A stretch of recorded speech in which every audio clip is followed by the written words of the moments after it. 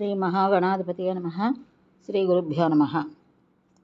ఈరోజు 8వ రోజు పారాయణ మహాభారతం ఇప్పుడు చెప్పుకుంటున్నాం. ముందుగా కాండవ దహనం జరుగుతుంది. ఇందులో దాని గురించి వివరణిస్తాను. కాలం గడుస్తోంది. ఒకనాడు కృష్ణార్జునులు వనవిహారం చేసి ఓ చోట విశ్రాంతిగా కూర్చుండే వేళ అగ్నిహోత్రుడు బ్రాహ్మణ వేషంలో వచ్చి తనకి ఆకలిగా ఆహారంగా ఖాండవనం భక్షించే అవకాశం కలిగించాలని, అయితే దానిని ఇంద్రుడు రక్షిస్తున్నాడు, తక్షకుడు అనే సర్పం దానిని తన పరివారంతో కాపాడుతున్నాడు అని అన్నాడు అగ్నిహోత్రుడు కృష్ణార్జునులతో. అప్పుడు కృష్ణార్జునులు అభయం ఇచ్చారు. అగ్నిభట్టారకుడు, ఎవడు ఎదురు వచ్చినా నేను నిలబెట్టగలను, కానీ ప్రస్తుతం నా దగ్గర ధనస్సు లేదు. చేతిలో ఉన్న ఈ ధనస్సు వేటకే కానీ తీవ్ర సంగ్రామానికి పనికిరాదు అని అన్నాడు అర్జునుడు అగ్నిభట్టారకుడితో.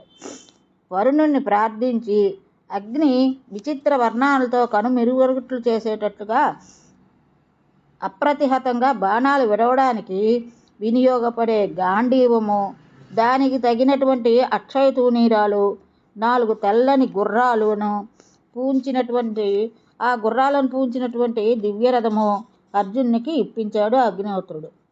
ఆ రథ పతాకం మీద కపిచిహ్నం భయానకంగా ఉంది. అర్జునుడు కాశకోక బిగించి కవచం తొడిగి కత్తి చేతబూని రథానికి ప్రదక్షిణ నమస్కారాలు చేసి నమస్కారపూర్వకంగా గాంధీవం అందుకుని రథం ఎక్కి ఒక్కసారి ధనుష్టంకారం చేశాడు. అప్పుడు అగ్నిహోత్రుడు సుదర్శన చక్రాన్ని కృష్ణునికి ఇచ్చాడు. వరుణుడు తన వద్దనున్న కౌమోదకి అనే గదను కూడా వాసుదేవుడికి అర్పించాడు. అంటే కృష్ణుడికి కౌమోదకి అనే గదని, సుదర్శన చక్రాన్ని అగ్నిహోత్రుడు ఇచ్చాడనమాట. శ్వేతకి జరిపిన 12 వర్ష యజ్ఞంలో నిరంతరాయంగా ఆహుతి చేసిన ఆజ్యం తనకు జీర్ణం కారణం కాకుండా ఆ బాధ నివారణకు అగ్ని కాండవనాన్ని స్వాహా చేసే సంకల్పంతో 7 జిహ్వాల్లో వనాన్ని చుట్టుముట్టాడు. ఆ అగ్నిహోత్రుడు మొత్తం అక్కడ చుట్టూ ఉన్నటువంటి వనాలని చుట్టుముట్టాడు. ఆ జ్వాలలో వేడి సోకి కొన్ని మాడిపోతున్నాయి, మంటలు తాకి కొన్ని వాలిపోతున్నాయి, మంటల్లో పడి కొన్ని బూడిదవుతున్నాయి. ఆ వేడికి వనంలోనటువంటిది సరోవరంలో నీళ్లు వేడెక్కి అందులో చేపలు తాబేళ్లు ఉడికిపోతున్నాయి. వనమధ్యంలో జంతువుల రోదనాధ్వానాలు సాగరమదనం వేళ్ల కల్లోలాన్ని తలపించేస్తున్నాయి. కాండవనం అంతా మండడం మొదలుపెట్టింది. ఈ వార్త దేవేంద్రుడికి అందింది. ఆయన కుంభవృష్టి కురిపించాడు. మంటల మీద నీరు పడి పొగలు బయలుదేరాయి. అర్జునుడు తన బాణాసునాన్ని నిర్విఘ్నంగా నడిపి వనంలో వాన చినుకు పడకుండా బాణాలతో అల్లేశాడు. వనరక్షకుడిగా ఉన్న తక్షకునికి కొడుకు అయినటువంటి అశ్వసేనుడు ఆర్తనాదం చెయ్యగా వాని తల్లి ఆ బిడ్డను నోటితో పట్టుకుని ఎగరబోతూ ఉండగా అర్జునుడు దానిని ఖండించాడు. తక్షకుడు కొడుకు అనమాట. వనరక్షకుడు అన్న తక్షకుడు కొడుకుని అశ్వసేనుడు ఆర్తనాదం చేశాడు. దానికి అతని తల్లి పట్టుకుని వెళ్తూ ఉంటే అర్జునుడు అది ఖండించాడు. ఇంద్రార్జునులు దివ్యాస్త్రాలు సంధించుకున్నారు. కొంతసేపు పోరు సాగాక దేవేంద్రుడు యుద్ధం చాలించి వెళ్ళిపోయాడు. 15 రోజులు ఏకదాటిగా అగ్నిహోత్రుడు కాండవనాన్ని ఆరగించి తృప్తి పడ్డాడు. ఆ వనం నుండి బయటపడ్డవారు ఎవరెవరు అంటే మయుడు, అశ్వసేనుడు, సారంగాలనే 4 పక్షులను తప్పించుకుపోతున్న మయుని సంహరించడానికి కృష్ణుడు యత్నించాడు, కానీ అర్జునుడు అభయమిచ్చి రక్షించాడు. ఈ విధంగా ఖాండవనాన్ని అగ్నికి ఆహుతి చేసి కృష్ణార్జునులు ఆనందంగా ఇంద్రప్రస్థం చేరారు అని వైశంపాయనుడు జనమేజయునికి ఈ విధంగా ఆది పర్వాన్ని వివరించాడు. ఈ ఆది పర్వం ఇంతటితో సమాప్తం. ఇప్పుడు సభాపర్వంలోకి మనం వెళ్తున్నాం. ఈ సభాపర్వంలో మయసభ గురించి ముందుగా చెప్పుకుంటాం. కృష్ణార్జునులు ఇష్ట సల్లాపాలతో ఉన్న సమయంలో కాండవవన దహన వేళ వారి వల్ల రక్షణ పొందిన మహాశిల్పి ఎవరంటే మయుడు. వాని దగ్గరికి వచ్చి వాని ప్రాణరక్షణ చేసిన మీకు కృతజ్ఞత తెలుపుకున్నందుకు గాను అవకాశం ఇప్పించండి అని ప్రత్యుపకార దృష్టితో నేను ఆ పని చేయలేదని అర్జునుడు అన్నాడు. ఇక్కడ మయుడు పాండవ దహనంలో కృష్ణార్జునులు రక్షిస్తే నేను మీకు రుణం తెలుపుకుంటున్నాను, కృతజ్ఞత తెలుపుకుంటున్నాను, ఏం చేయమంటారు చెప్పండి అంటే, నేను ఆ దృష్టితో చూడలేదు, నేను అందుకు చేయలేదు అని చెప్పాడు అర్జునుడు అనమాట. తాను మహాశిల్పినని, తన హృదయానికి తృప్తి కలిగేందుకు ఏదో ఒక పని చేయించుకోమని కోరాడు. అప్పుడు కృష్ణుడు పాండవులకు చక్కని సభాభవనాన్ని నిర్మించిమ్మని అన్నాడు. మయుడు మనస్సులోని మహాసభావన నిర్మాణానికి ఆలోచన బీజం నిక్షేపించి ఒకానొక సుముహూర్తంలో మంగళాచరణం జరిపి వైదిక స్వస్తి పలికించి పాయసాన్నదానాలు చేయించి సువర్ణ ముద్రికలు కూడా వేద విధులకు అర్పించి నిర్మాణ కార్యక్రమం ప్రారంభించే ముందు అర్జునుని సమీపించి, విజయ, సభాభవన నిర్మాణానికి అవసరమైన సామాగ్రితో మణిపాండం ఒకటి వృషపర్వుని రాజధాని అయినటువంటి బిందు సరోవరంలో నేను ఉంచాను. దాంతోపాటు ఆ నగరంలో ఉన్న ఒకానొక గదాదండం భీమసేనునికి బహూకరించాలని కూడా ఉంది. అందులో అక్కడే వరుణుడు దేవదత్త శంఖం కూడా భద్రపరిచాడు. అది నీ చేతుల్లో ఉండాలి. వాటిని తెచ్చి పని మొదలు పెడతానని సెలవు తీసుకుని వెళ్ళి తిరిగి వచ్చి గద శంఖాలను వారికిచ్చి భవన నిర్మాణం సాగించాడు. అంటే భీముడికి ఒక గద, వరుణుడేమో దేవదత్త శంఖం ఇచ్చాట. అవన్నీ కూడా నేను ఒక బిందు సరోవరంలో దాచుంచాను కాండవ దహన సమయంలో, అవి ఇప్పుడు తీసుకొచ్చి మీకు చేతికి ఇస్తాను అని చెప్పి అన్నారన్నమాట. అంతా అయ్యాక ఒకనాడు ధర్మరాజుకి ఆ భవనాన్ని చూపుతూ, ధర్మనందన, ఇంద్రనీలాలను తిరస్కరించే జలాలతో, పద్మరాగారుణ పద్మాలతో, చక్రవాకాది జలపక్షులతో, స్వర్ణమయాలైన మత్స్యకూర్మాలతో, పిల్లగాలికి రేగే నీటి బిందువులతో, తామరబాకులు మత్స్యభ్రాంతి కలిగించే ఈ సరోవరాలకు స్ఫటిక సోపానాలు నిర్మించాను. ఈ పుష్కరిణి ఒడ్డున శిలావేదికలన్నీ స్ఫటిక శిలలతోనే ఏర్పాటు చేశాను. అయితే వివేకం లేని వారికి ఇది సరోవరంలో కాక చక్కని భూమిలా కనబడుతుంది. ఇక ఈ భవన పరిసరాల్లో చల్లని గాలులు వీచే వృక్షాలతో, లతలతో ఉద్యానవనం ఏర్పాటు చేశాను. దీని నిర్మాణ విశేషాలన్నీ నాకు నేను చెప్పడం మంచిది కాదు. 14 మాసాల వ్యవధిలో దీన్ని పూర్తి చేశాను. ఈ భవన ప్రవేశానికి ముందు జరగవలసిన శాంతిక్రియలన్నీ ఇంకా సాగించండి అని మయుడు సెలవు తీసుకున్నాడు వారి అభినందనలతో. తాను ఎలా ఆ సభని ఎలా చేశాడో అన్న విషయం అంతా కూడా నిర్మించాడో అని చెప్పాడనమాట. 10,000 మంది వేద వీధులు పంచభక్ష పరమాణాలతో, వస్త్రభూషణాదులతో, గోదానాలతో సంతుష్టం చేసి వారి ఆశీస్సులు పొంది మంగళవాద్య ఘోష మిన్నుమట్టుతుండగా, వేద వీధులు స్వస్తివాచనం చేయిస్తూ ఉండగా సభాభవనంలోకి దేవతాస్థాపనం చేసి సింహాసనం అధివసించాడు ధర్మరాజు. మైసభలోకి అన్ని దానాలు ధర్మాలు చేసి మైసభలోకి వచ్చారు. ఆ సభావన ప్రవేశోత్సవానికి నానా దేశ చక్రవర్తులు, బహుదూర ప్రాంతాల ఆప్తులు, స్నేహితులు వచ్చారు. అందరికీ ఉచిత రీతిన స్నాన, పాన, భోజన, విశ్రాంతి సౌఖ్యాలు ఏర్పాటు చేశారు. విమల గాంధర్వ విద్యాకోవిదులైన అప్సరసలు నాట్యం చేస్తూ ఉంటే తుంబుర చిత్రసేనులు గానం చేస్తూ సదస్సులకు నయన శ్రవణ తర్పణం చేస్తున్నారు.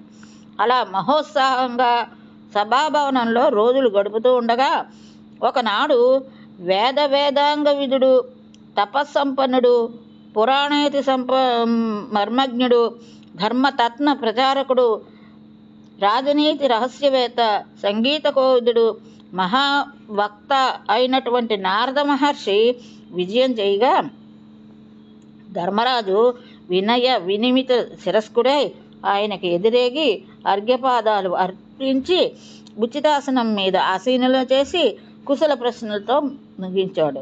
అప్పుడు నారదుడు అన్నాడు, ధర్మనందన, నువ్వు నీ తండ్రి తాతలు నడిచిన న్యాయ మార్గాన్ని నడుస్తున్నావా? నీ రాజ్యంలో ప్రజలందరినీ సమదృష్టితో చూస్తున్నావా? ధనలోభంతో ధర్మకార్యాలు విడిచిపెట్టడం లేదు కదా? అలానే కామబుద్ధితో ధర్మార్థులను వదులుకోకూడదు సుమా. ఉదయం వేళ దాన ధర్మాలు, మధ్యాహ్నం వేళ ఆర్ధార్జన కార్యాలు, రాత్రులు కామోపభోగము సాగించాలని శాస్త్రం చెబుతోంది. చతుర్దశ స్థాన రక్షణతో చక్రవర్తి షడ్గుణాలు అభ్యసించి ఉపాయ సప్తకం ఎరిగి ఉండాలి. శత్రువు మనకంటే బలవంతుడైతే వానితో స్నేహం చెయ్యాలి. నీ ప్రకృతి జనులెవ్వరూ శత్రుకూటంలో చేతులు కలపకుండా చూసుకో. ధనం ఉన్నదే, అది దుర్వ్యసనాల వైపు మనసు నడుపుతుంది. దాన్ని నిరోధించాలి. విషయ వివేచనా శక్తి, భూతకాల విషయ స్మృతి, దూరదృష్టి, నీతిజ్ఞత, తర్కశాస్త్ర జ్ఞానం, ప్రగల్భవర్తన, ఇవి షడ్గుణాలు. సామ దాన భేద దండమార్గాలు, మంత్రశక్తి, ఔషధ విజ్ఞానము, ఇంద్రజాలము, ఇది ఉపాయ సప్తకం. ఉపాయ సప్తకం అంటే ఎరిగి ఉండడం అంటే ఇవి: సామధాన భేద దండ మార్గాలు, మంత్రశక్తి, ఔషధ విజ్ఞానము, ఇంద్రజాలము. ఇక రథ గజ తురగ పదాతులు, ధన లేఖన గణన అధికార అంతఃపుర దుర్గ దేశ శాస్త్ర బలాదులు, కోటకు చతుర్దశ స్థానాలు: ధర్మాధ్యక్ష, దుర్గాధ్యక్ష, బలాధ్యక్ష, పురోహిత, వైద్య, కార్తాంతిక, సేనాపతులు. ప్రకృతి జనులు అకాలంలో నిద్రపోయి రాత్రివేళ జాగరణం చేయకూడదని ఎరుగుదు కదా. ఉషకాలంలో మేలుగాంచి అవసర కార్యాలు నిర్వర్తిస్తున్నావా? ప్రతిపక్షం వారి గూఢచారులు నీ మంత్రులతో రహస్య సమాలోచన సాగించటం లేదు కదా. మిత్రుడెవడైనా శత్రువైనా తటస్థుడైనా సరే ఎవడు ఎప్పుడు ఏ పని చేస్తున్నాడో ఒక కంట చూస్తున్నావా? సందిగ్ధ స్థితిలో ఏర్పడినప్పుడు సమర్థులైన మేధావులతో సంప్రదిస్తున్నావు కదా. విశ్వసనీయుడు, విశుద్ధవర్తనుడు, నిర్వహణ దక్షిణుడు, వినిర్మల మనస్వి, ఉత్తమ వంశ సంజాతుడు, కుశాగ్రబుద్ధి అయిన వానిచే మంత్రి పీఠం మీద ఉంచాలని ఎరుగుదు కదా అని అనేక విధాలుగా నారదుడు ఆవశ్యమైన రాజనీతిని ధర్మరాజుకి ఉపదేశిస్తున్నాడు. విషమ సమస్యలు ఎదురైనప్పుడు ప్రధానులతోనే సంప్రదించాను కానీ కనిపించిన వాని అందరితోటి సలహా అడగకూడదు. ఇక కోశాగారం ఎప్పుడూ సమృద్ధంగానే ఉండాలి. సేద్య వ్యవహారాలకు అవసరమైన, సేద్యం అంటే వ్యవసాయం అన్నమాట, అవసరమైన సామాగ్రిని సకాలంలో అందించాలి. అంతేగాని వారిని ఇతర కార్యకలాపాలకి వినియోగించకూడదు. ధర్మదృష్టి గల శాస్త్రజ్ఞులే విద్యాబోధకులుగా ఉండాలి. 1000 మంది మూర్ఖులను ఆదరించి చేరదీయడం ఎంత అవివేకమో, వివేకం గల ఒక విద్వాంసుని కూడా దూరం చేసుకోవడం అంత హానికరం. శస్త్రాస్త్రాలు, ధనధాన్యాలు కోటలో ఎప్పుడూ తరగకూడదు. శస్త్రాలు అలాగే ధనధాన్యం. నగరవాసులు స్వచ్ఛమైన మంచినీటి ఇబ్బంది రాకూడదు. శత్రుపక్షంలోనే మంత్రి, పురోహిత, సేనాపతి, ద్వారపాలకులు, అంతఃపుర, కోశాగార, కారాగార అధ్యక్షులు, నగరాధికారిని, శిల్పులను, ధర్మసభాధ్యక్షుని, దుర్గరక్షకుని, వనపాలని, ధన వ్యయాధికారిని, యువరాజును, వారి దండనాథులను ఒక కంట కనబడుతూ ఉండాలి. నీ వర్గంలో కూడా మంత్రి, పురోహితులు, యువరాజును విడిచి మిగిలిన అందరి వ్యవహారాలని ఎప్పటికప్పుడు తెలుసుకుంటూ ఉండాలి అని చెప్తూ ఇంకా ఈ విధంగా కూడా చెప్తున్నాడు నారదుడు ధర్మరాజుతో. వ్యక్తుల స్వభావాలు పరిశీలించి ఉత్తమ, మధ్యమ, అధమ వర్గాలకు వారికి తగిన పదవులు ఇవ్వాలి. శిష్టాచార మర్యాదలు తెలిపి వంశపారపర్యంగా మన సేవలో ఉన్న మంత్రులను ఉత్తమ కార్య నిర్వహణకే ఉపయోగించాలి సుమా. సమయ సందర్భాలు తెలియకుండా దండనీతిని అమలు జరిపినా, అవసరమైనప్పుడు దాన్ని విడిచినా ప్రమాదమే. అనాచారిగా ఉండే యజమానిని పవిత్రుడైన యాజకుడు విడిచేస్తాడు. అలాగే కామలాలసుడైన పురుషుని శీలవతైన స్త్రీ విడిచిపెడుతుంది. తన కర్తవ్యాన్ని ప్రజలపై ఉంచే ప్రభువును వారు పదభ్రష్టం చేస్తారు. నీ సేనలోని వారు సాహస పరాక్రమాలు ప్రదర్శించేటప్పుడు వారిని సద్యకాలంలో సన్మానిస్తున్నావా? వారి అర్హతను అనుసరించి పై పదవులకు పంపుతున్నావా? సేనలను నిత్య జీవితావసర వస్తువులు ఎప్పటికప్పుడు అందకపోతే రాజ్యానికి విపరీతమైన ప్రమాదాలు వస్తాయి సుమి. దేశ రక్షణార్థం ప్రాణత్యాగం చేసేవారికి కుటుంబాల పోషణ ప్రభువే వహించాలి. లేకపోతే అనంతర కాలంలో మరెవ్వరూ ప్రాణత్యాగానికి సాహసించరు. విద్యా వివేకాలు కలిగి కార్యకార్య పరిజ్ఞానం ఉన్న మేధావులను ఆదరించి పోషించుకోవాలి. నీ అంగరక్షకులు, వారి ప్రోత్సాహకులు, వ్యవహార ఉదాసీనంగా ఉండేవారు వీళ్ళంతా మంత్రాంగంలో ఉండవచ్చు. శత్రుపక్షంలో లోభి, అవమానితుడు, జీతాలు సరిగ్గా అందనివాడు వీరందరినీ చేరదీసి మన కార్యాలను చక్కబెట్టుకోవచ్చు. శత్రుపక్షంలో ఉన్న వాళ్ళని అన్నమాట.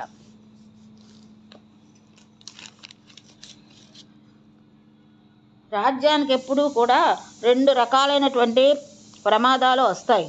అందులో వరదలు, తుఫాన్లు, అగ్ని ప్రమాదాలు, కరువులు ఉన్నాయే, ఇవి దైవం వల్ల వచ్చే ప్రమాదాలు.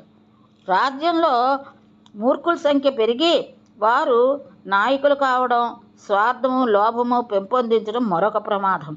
అంటే మూర్ఖులు కూడా పెరిగి వాళ్ళు రాజ్యానికి అపకారం కలిగిస్తారు. ప్రభువే లోభబుద్ధితో ప్రజాపీడనం చేయడం మరింత ప్రమాదకరం. రాజబంధువులు, మిత్రులు కుట్రలు పూనుకుంటే ప్రమాదం లేదు. అయితే ఈ మానుష వ్యసనాలు ప్రభువు అసమర్థుడైనప్పుడే పెరుగుతాయి. శత్రువర్గంలో యోధులకు ధనధాన్యాలు ఎరచూపి మన వైపు తిప్పుకుంటూ ఉండాలి. మన వాళ్ళు ఎవరైనా అలా అటు తిరిగిపోతున్నారేమో అని కూడా శత్రువర్గం వైపు గ్రహించాలి. అన్నిటికంటే కామ, క్రోధ, లోభ, మోహ, మద మాత్సర్యాలను జయించడం ముఖ్యం. సురాపానము, జూదము, వేట ప్రభువుకి ఉండవలసిన లక్షణాలు కావు. ఆదాయంలో సగం కంటే ఖర్చు కాకూడదు. మరి విపత్తులు వస్తే 3వ వంతు మిగిల్చుకోవాలి. ఏనాటికానాడు గణకులు ఆదాయ వ్యయ వివరాలు తెలుపుతూ ఉండాలి. చోరుడు, జారుడు, లోభి ఆలోచన రంగంలో ప్రవేశించకూడదు. రాజకుమారులు, అంతఃపుర స్త్రీలు సామాన్య ప్రజలను పీడిస్తూ ఉంటారు. వారి వల్ల ఆ బాధలు రాకుండా ప్రజలను రక్షించాలి.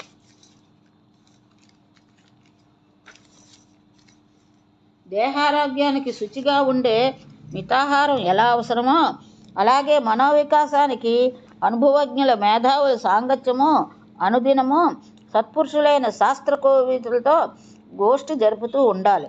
ప్రభువుకి పరిజనానికి కూడా కామనీజన గోష్ఠ నిషిద్ధమే. దోషిని ఎన్నడూ విడిచిపెట్టకూడదు. వాడి మీద ఏమాత్రం కనికరం చూపినా సామాన్యుల్లో దోష ప్రవృత్తి విపరీతంగా రేగిపోతుంది. అందుచేత నేరం చేసిన వాడిని సకాలంలో శిక్షించాలి. దేశ విదేశాల నుంచి వ్యాపారం కోసం వచ్చే వర్తకులు ఉంటారే, వారి దగ్గర అధికంగా పన్నులు వసూలు చేసి పీడించే అధికారులు ఉండవచ్చు. అటువంటి వారి వల్ల మొదటికే మోసం వస్తుందని ఎరుగుదు కదా. ఒక్కొక్క సమయంలో వారు పన్నులు ఎగవేసి తప్పించకపోయే అవకాశం కూడా లేకపోలేదు.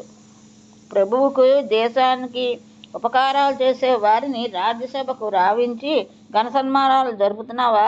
అది లేకపోతే సేవాభావం సన్నగిల్లుతుంది. విద్వాంసులు నీరసించిపోతారు. అగ్ని, సర్ప, రోగబాధలు లేకుండా ప్రజలను కాపాడడం ప్రభుధర్మం సుమి.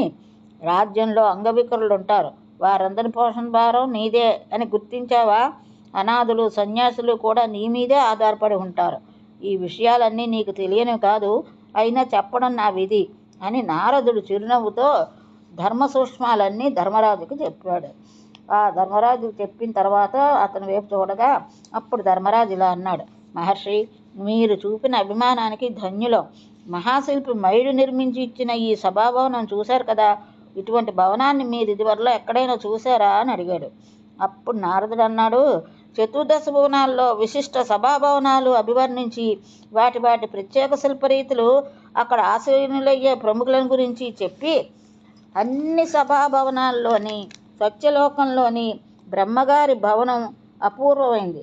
దానివల్లనే ఈ మానవ జగత్తులో ఈ సభాభవనం అద్వితీయమైంది. ఇటీవల నేను దేవలోకానికి వెళ్ళినప్పుడు పాండురాజు నా కుమారులు రాజసూయాగం చేసి విఖ్యాతులు కావాలని కోరుతున్నాను